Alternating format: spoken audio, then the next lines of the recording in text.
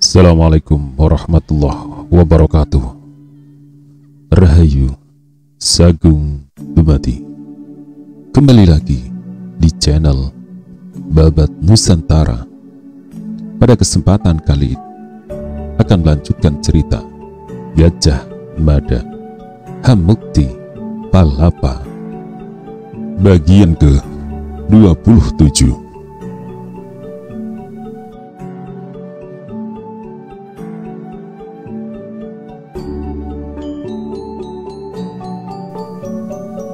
Namun Maisa Munterang tidak berkata apapun, tidak menyebut jenis perbuatan lebih nista apa yang dimaksud oleh maling kurang ajar itu. Ayo Kipati Munderang, berceritalah dengan jujur apa yang kau lakukan. Kebingungan Maisa Munderang. Aku melakukan apa? Letupnya Wirota Wirogati tertawa geli. Berceritalah Kipati, mengapa Kipati berada di sini? Maling kepanat, jangan mencoba mengarang cerita ngawur. Kau telah memasuki rumahku dan menculik anakku.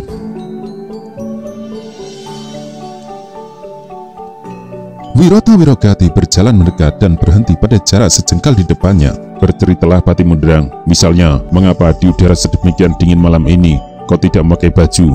Pilih bertelanjang dada. Mengapa bertelanjang dada di tengah malam macam ini?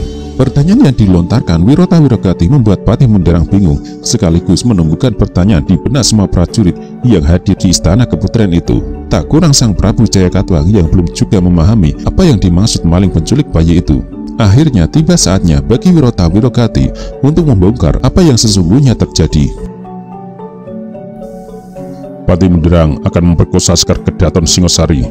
Aku yang mengetahui rencananya, hanya memdiam bayinya untuk menggagalkan niatnya. Ia memperkosa Sekar Kedaton Singosari, kujamin bayi ini mati.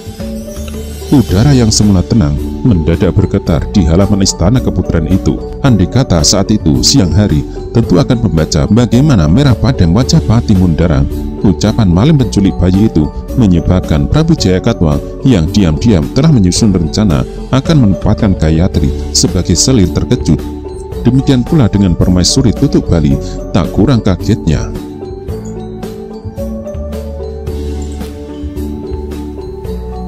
Bohong, teriak Mahisa Munderang. Namun Mahisa Munderang tak mampu melanjutkan kalimatnya. Kembali Wirota Wirogati memecah keheningan dengan mencuri perhatian melalui suara tawanya yang bergetar pelan. Prabu Jayakatwang memandang Patinya dengan tatapan mata heran. Kau lakukan itu Pati? Tanya Raja Gelang-Gelang. Bohong, teriak Pati Munderang. Dasar maling keparat. Ternyata di samping seorang maling, kau memiliki mulut culas. Berani-beraninya kau menuduhku melakukan perbuatan itu.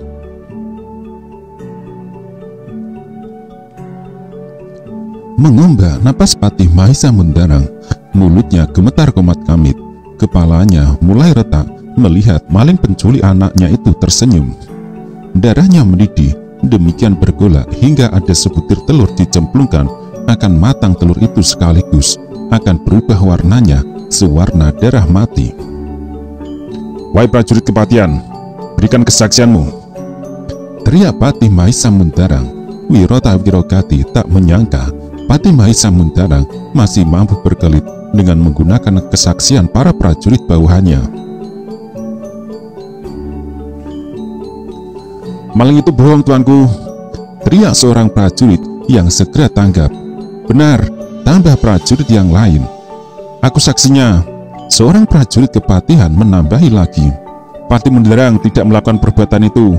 Aku menyaksikan Pati Munderang berada di kepatihan dan tidak pergi kemana-mana. Dasar maling keparat, bermulut culas. Kau harus menebus perbuatanmu dengan harga setimpal. Akan kusobek mulutmu dengan tombak ini. Prabu Jayakatwang yang semula mengarahkan perhatiannya kepada patinya, lalu menoleh pada Wirota Wirogati. Kesaksian para prajurit kepatihan itu cukup kuat untuk dipercaya. Rupanya justru maling itulah yang membual dengan mengarang cerita ngawur. Akan tetapi keheningan malam itu pecah oleh sesuatu yang mencuri perhatian. Sebuah jambangan penuh air, tempat kembang teratai di taman, ambruk pecah berantakan. Lurah prajurit Jaran Kuyang datang dan terhuyung-huyung. Tubuhnya basah kuyup oleh air tuak. Dari bumbung yang dipegangnya, lurah prajurit Jaran Kuyang mengisi mulut. Dari bumbung itu pula ia membasahi tubuhnya. Di udara dingin, tuak akan menghangatkan tubuhnya. Ketika tubuhnya hangat sampai pada gerah, dibutuhkan air untuk membasahi rambutnya. Bukannya rasa segar yang dirasakan lurah prajurit Jaran Kuyang, tetapi malah risih. "Bagaimana Kipati, berhasil?" tanya Jaran Kuyang dengan suara aneh karena sambil bersendawa. Pati Maesa Mundarang terbungkam mulutnya. "Pergi kau Jaran Kuyang." Mundarang menghardik, namun lurah prajurit Jaran Kuyang yang dianggap berhasil menyerbu Memeling untuk menarik pasukan Singosari keluar dari istana itu benar-benar mabuk setelah minum dan menghabiskan tuak sebumbung. Perintah yang diberikan Pati Maesa Mundarang sama sekali tidak masuk ke telinganya. "Pergi kau!" Kembali Maesa Mundarang menghardik, namun Raja Gelang-Gelang terpancing rasa ingin tahunya. "Apa yang kau maksud dengan berhasil itu?" tanya Prabu Jayakatwang. Jaran Kuyang terkekeh, telunjuknya terarah kepada Maesa Mundarang. "Pati Mundarang akan mendahului sang Prabu. Pati Mundarang menginginkan Gayatri yang cantik sebelum sang Prabu memilikinya. Pati Mundarang memutuskan untuk mencicipi tubuhnya lebih dahulu."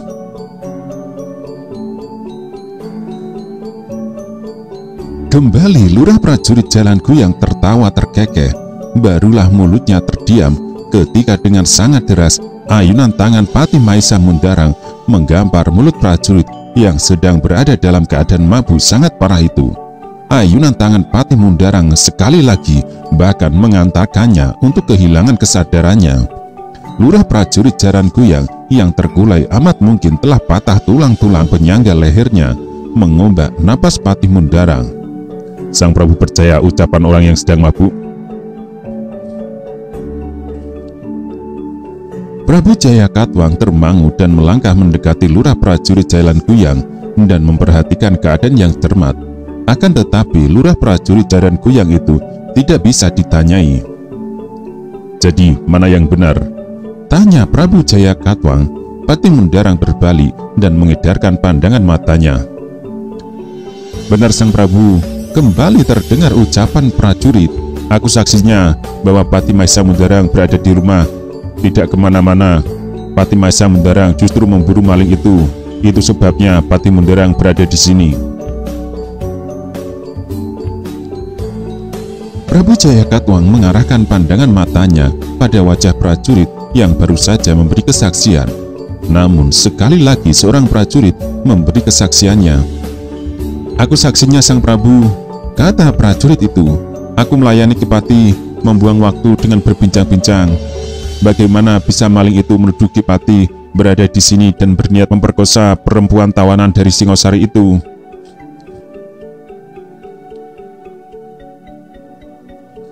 Mendengar kesaksian-kesaksian itu, Prabu Jayakatwang agaknya pilih percaya pada apa yang dikatakan Pati Mundarang. Namun sebuah perhatian kemudian tercurah pada pintu keputren yang terbuka lebar. Gayatri melangkah keluar yang sejenak kemudian disusul oleh Emban Rukmini.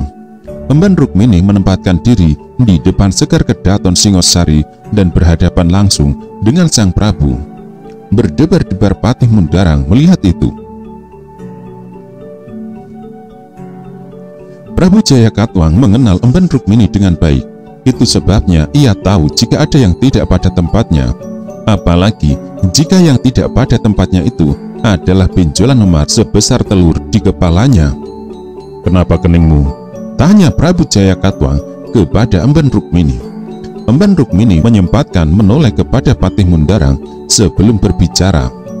Dalam siraman cahaya bulan, Pati Gelang-Gelang itu berusaha mencegah melalui isyarat kedipan matanya.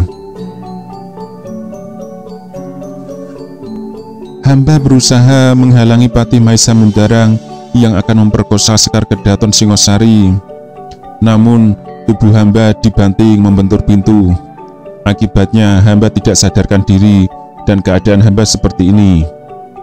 Sebuah kesaksian yang amat telak dan tak mungkin dibantah lagi, apalagi ketika Emban Rukmini melemparkan pakaian milik Patih Mundarang di depannya. Wirota Wirogati tertawa terkekeh-kekeh sambil memegangi perutnya yang tiba-tiba sakit karena geli tak tertahankan. Patih Mundarang berubah menjadi orang yang tak punya mulut. Demikian pula dengan para prajurit yang menjadi kaki tangannya. Permaisuri Nararya Turuk Bali kembali melangkah maju.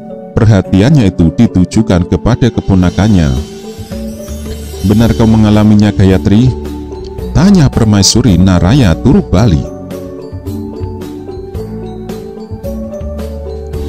Dengan pandangan mata berkilat-kilat, Gayatri mengarahkan pandangan matanya pada orang yang sejak kini sangat dibencinya, Patih Maisa Mundarang, ke hadapan wajah Permaisuri Nararya Turuk Bali. Gayatri mengangguk. Permaisuri dan Raja saling pandang. "Bagaimana dengan bayi itu?" tanya Permaisuri Nararya Turuk Bali. Wirota Wirogati yang sedang menatap wajah Patih Maisa Mundarang bergegas berbalik ketika sadar pertanyaan itu diarahkan kepadanya. Kepada Permaisuri, Wirota Wirogati menaruh hormat, tetapi tidak kepada yang lain, apalagi kepada Patih Maisa Mundarang. "Aku ingin menukar bayi ini dengan Tuan Putri Sekar Kedaton Singosari. Bayi ini akan aku biarkan selamat, tetapi Sekar Kedaton Singosari pergi bersama aku," kata Wirota Wirogati. Mendadak halaman keputren itu digilas senyap. Dengan adanya permintaan itu, sadarlah Prabu Jaya Katuang, patihnya dan para prajurit yang mengepung rapat keputren bahwa maling di istana kepatihan dan penculik bayi itu tak sekedar maling biasa.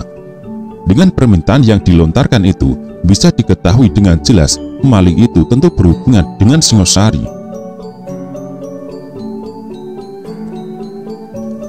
Mungkin ia merupakan bagian dari telik sandi. Bisa jadi maling itu suruhan Raden Wijaya. "Siapa sebenarnya kamu?" Prabu Jaya Katuang bagi mengulang dari awal lagi. Wirota Wirogati tidak menjawab.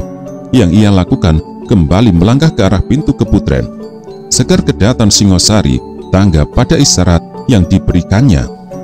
Gadis cantik yang menyebabkan banyak pemuda tergila-gila itu bergegas mengikuti. "Kamu belum menjawab pertanyaanku," ucap Prabu Jaya Katuang. "Kamu telik di Singosari? Kamu menyusup kemari atas perintah Sang Rama Wijaya?"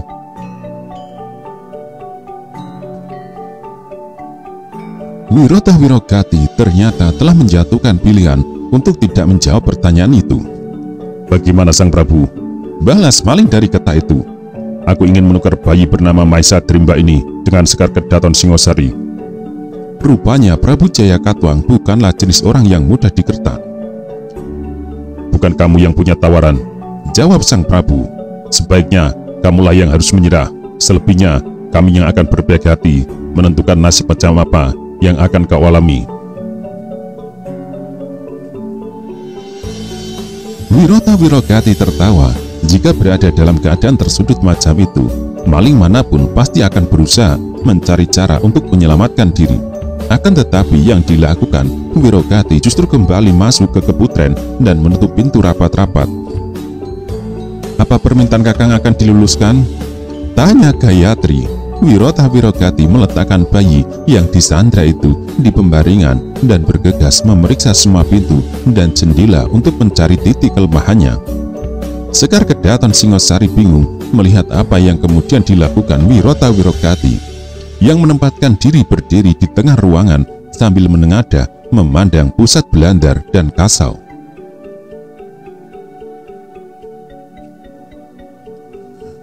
Wirota Wirogati kemudian mengeluarkan sesuatu dari saku bajunya. "Tutup telingamu Tuan Putri dengan kabu ini. Kalaupun Tuan Putri masih mampu mendengarkannya, upayakan abaikan suara apapun yang akan terdengar. Paham Tuan Putri?" Gayatri masih bingung, tetapi sejenak kemudian ia mengangguk. Sejenak setelah itu, jika terdengar suara seruling yang berasal dari keputren, itulah saat yang akan membingungkan Prabu Jaya Katuang. Maling yang menculik bayi itu sungguh punya nyali rangkap 9. Dengan terkepung rapat macam itu, ia masih sempat mengolok-ngolok.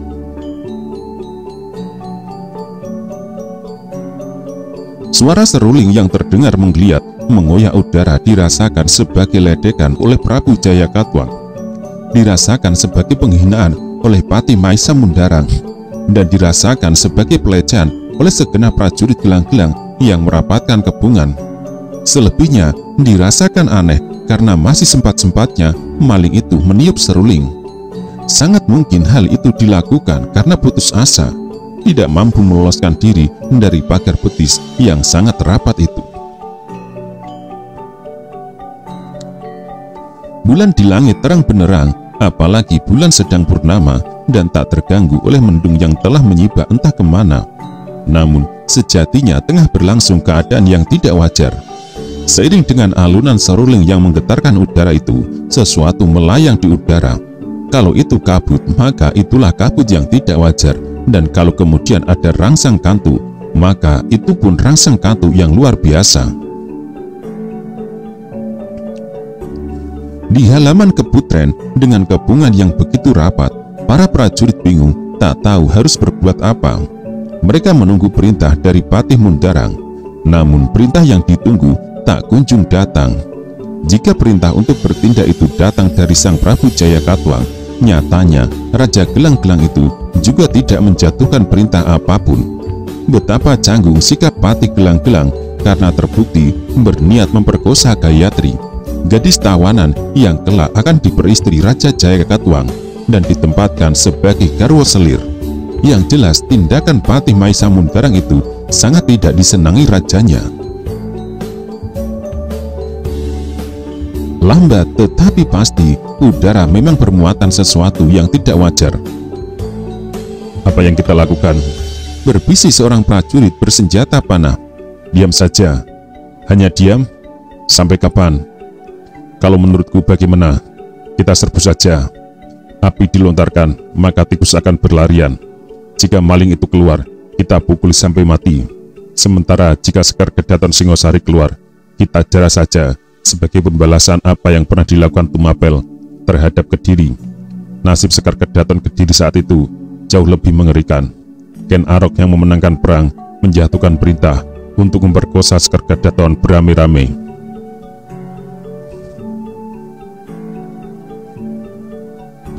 Nyaris semua prajurit berbaris antri untuk mendapatkan kesempatan menikmati tubuh Sekar Kedaton Kediri. Tak mampu menghadapi kenyataan pahit yang dialami, Sekar Kedaton memilih mati bunuh diri. Merinding bulu kuduk beberapa prajurit yang menyimak pendapat itu. Sekar Kedaton Kediri mengalami nasib buruk itu. Keberhasilan penyerbuan yang dilakukan terhadap Singosari bukan berarti dendam sudah terbalas. Kematian Prabu Sri Kertajaya mungkin terbalas dengan kematian Sri Kertanegara. Namun pemerkosaan yang dilakukan orang-orang Ken Arok dan bahkan Ken Arok sendiri masih belum lunas, belum terbayar hingga sekarang. Sekaranglah kesempatan untuk melunasinya. Patih Maisa Mundarang yang berdiri tak jauh dari bisik-bisik itu menyimak dengan jelas. Dalam hati Patih Mundarang sangat setuju dengan pendapat prajurit anak buahnya itu. Maisa Mundarang yang mengalami kesulitan untuk berbicara, apalagi kemudian telah terbukti dengan jelas ia memang berniat memperkosa Sekar Kedaton Singosari. Tidak tahu bagaimana cara mencairkan keadaan. Patih Maisa Mundarang melihat Prabu Jayakatwang menguap. Ketika Maisa Mundarang mengedarkan perhatian kepada beberapa prajurit, perhatiannya tercuri oleh keadaan yang janggal. Banyak prajurit yang menguap nyaris bersamaan dan susul menyusul. Bahkan suara menguap amat keras terdengar dari belakangnya.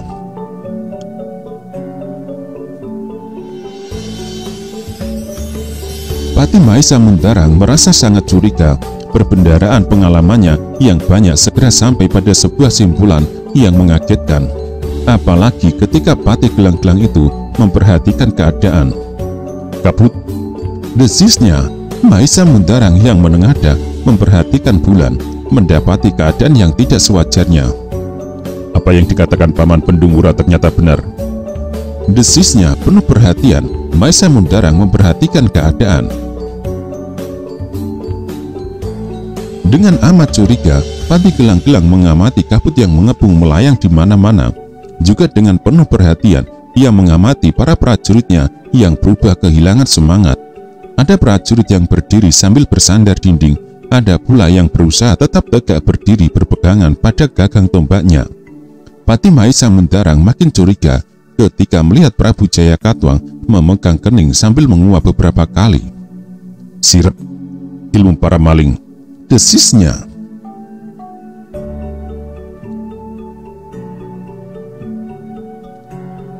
Masih belum merasa yakin dengan keadaan di sekelilingnya, Mahesa Mundarang mengarahkan perhatiannya kepada diri sendiri. Bahkan untuk keperluan itu, Pati Mahesa Mundarang memejamkan mata. Segera sadarlah Pati Gelang-Gelang itu bahwa kecurigaannya benar. Melalui keheningan mata hati, Mahesa Mundarang merasakan ada sesuatu yang aneh di balik alunan seruling yang mengombak alun itu, bagai sesuatu yang membelot sukma. "Ada serangan sirep, pusatkan perhatian," ucap Mahesa Mundarang. Beberapa prajurit tersadar dan berusaha mengambil sikap, tetapi agaknya sikap yang terlambat karena kekuatan sirep yang dilepas melalui suara seruling itu makin mencengkramkan kukunya. Prabu Jayakatwang berjalan terhuyung-huyung dilibas rasa kantuk yang tak terlawan. Permaisuri Naraya Turuk Bali bahkan tersungkur jatuh, tertunduk bersandar penyangga kantongan. Sejalan dengan itu, kabut yang diundang oleh Wirota Wirogati melalui pemusatan pikiran dan kekuatan yang berasal dari bawah sadarnya makin membentuk. Ketika bahan bakunya mulai berlimpah, makin cepat kabut itu menebal. Mahesa Mundarang bahkan sampai pada keadaan di mana matanya tidak lagi mampu menangkap bayangan sejengkal di depannya. "Semua siaga, keadaan kabut ini tidak wajar," teriak Pati Mahesa Mundarang.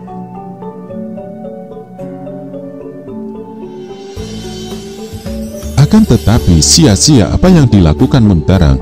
Kesadaran semua orang yang membuat pagar betis melilingi keputren itu telah terampas dengan sempurna. Satu-satunya orang yang masih terjaga hanyalah dirinya. Rangsang Katu bisa dilawannya melalui kesadaran atas anaknya yang berada dalam bahaya. Tetapi tak mungkin baginya melawan kabut yang kian lama kian pekat merampok jarak pandang. Pati Mahesa Mundarang yang membutuhkan pelampiasan itu tiba-tiba berteriak, "Dasar pengecut, kutantang kau maling keparat. Tak perlu kau takut menghadapi para prajuritku. Cukuplah yang ada hanya kau dan aku."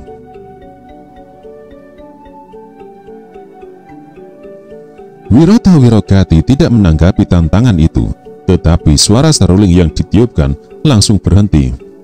"Tuan Putri, kita harus pergi sekarang," ucap Wirota Wirogati. Gayatri bagi orang terbangun dari tidur setelah sebagian kesadaran yang ia miliki melesat entah kemana. Dengan takjub Sekar Kedaton Singosari memperhatikan keadaan di sekelilingnya. "Kau yang menciptakan kabut ini?" tanya Gayatri. "Tidak, Tuan Putri," balas Wirota Wirogati. "Semua ini ciptaan Hyang Widi. Hamba hanya mengundangnya untuk hadir ke tempat ini.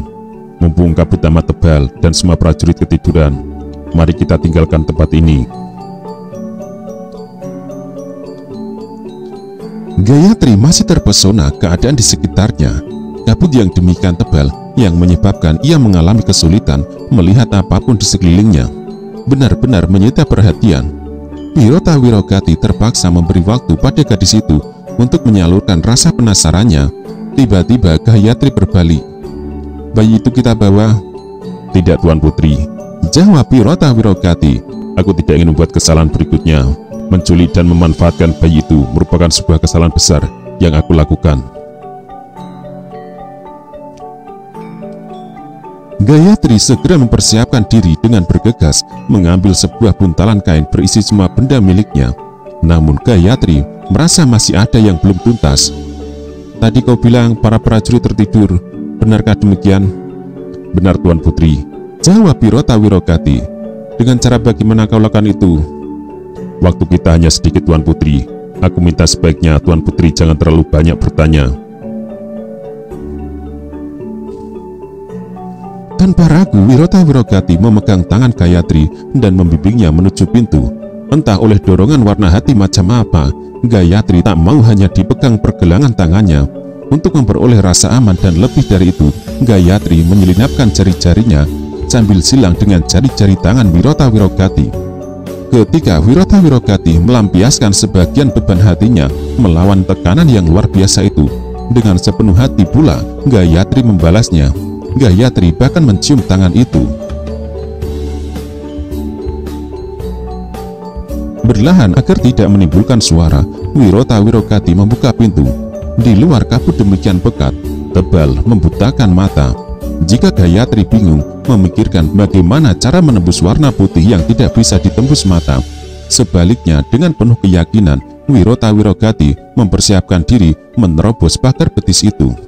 Toh apalah yang bisa mereka lakukan karena semua prajurit telah bergelimpangan. Namun ada sesuatu yang berada di luar dugaan Wirota Wirogati, sesuatu yang luput dari perhitungannya, yang menyebabkan rencananya tidak berjalan sesuai apa yang ia kehendaki. Suara tertawa itu entah datang dari mana, mula-mula hadir dengan nada rendah, seolah berasal dari mulut yang terbungkam. Kemudian berubah menjadi suara bergelak yang keluar dari mulut terbuka. Suara itu terkekeh, lalu bergelak-gelak, lalu terbahak-bahak. Wirota Wirogati bergegas menyeret Sekar Kedaton Singosari kembali masuk ke dalam bilik keputren dan bergegas mengunci pintunya. Dengan penuh perhatian sekaligus rasa cemas, Wirota Wirogati memperhatikan suara tawa itu. Akibat yang muncul benar-benar membuat Wirota Wirogati merasa cemas. Dengan serentak semua orang yang tertidur terbangun dan terbebas dari kekuatan sirup.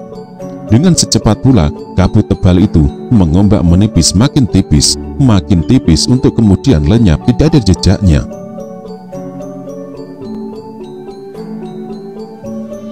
Prabu Jaya Katuang yang terbangun kebingungan, demikian pula dengan istrinya Permaisuri Naraya Turubali sulit memahami keadaan dirinya yang ambruk dan tergeletak di tanah.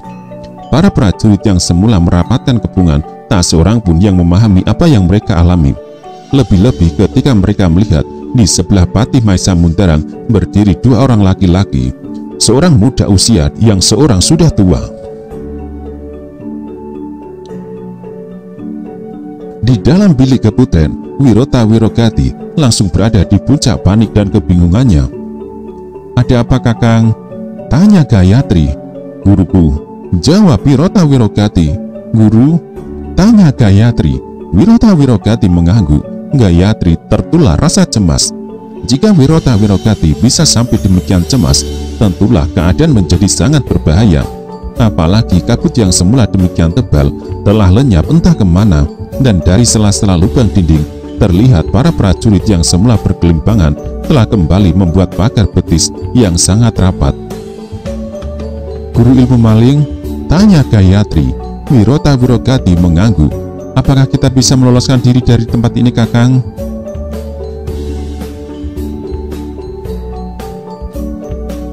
Wirota Wirogati bingung tak tahu bagaimana cara menjawab pertanyaan itu. Wirota Wirogati perlu mengukur keadaan dengan mengintip keluar. Apa yang dicemaskan rupanya benar. Wirota Wirogati tentu tidak akan lupa wajah orang yang kepadanya ia pernah belajar bagaimana meniup seruling. Kepadanya pula ia belajar menumpangkan muatan rasa kantuk agar orang yang mendengar alunan seruling yang ditiup terlena.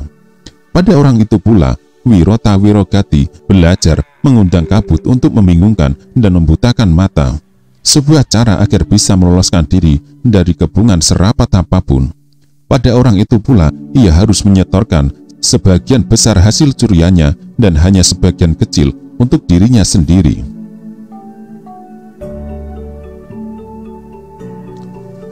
Bagaimana mungkin semua kemampuan yang ia punya dihadapkan dengan orang yang mengajari?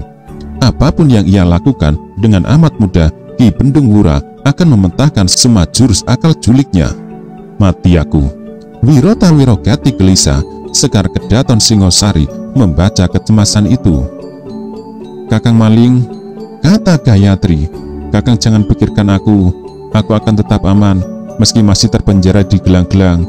Silakan Kakang menyelamatkan diri, aku tidak apa-apa." Wirota Wirogati tidak menjawab. Ia memberi isyarat melalui telunjuk yang diletakkan di bibir.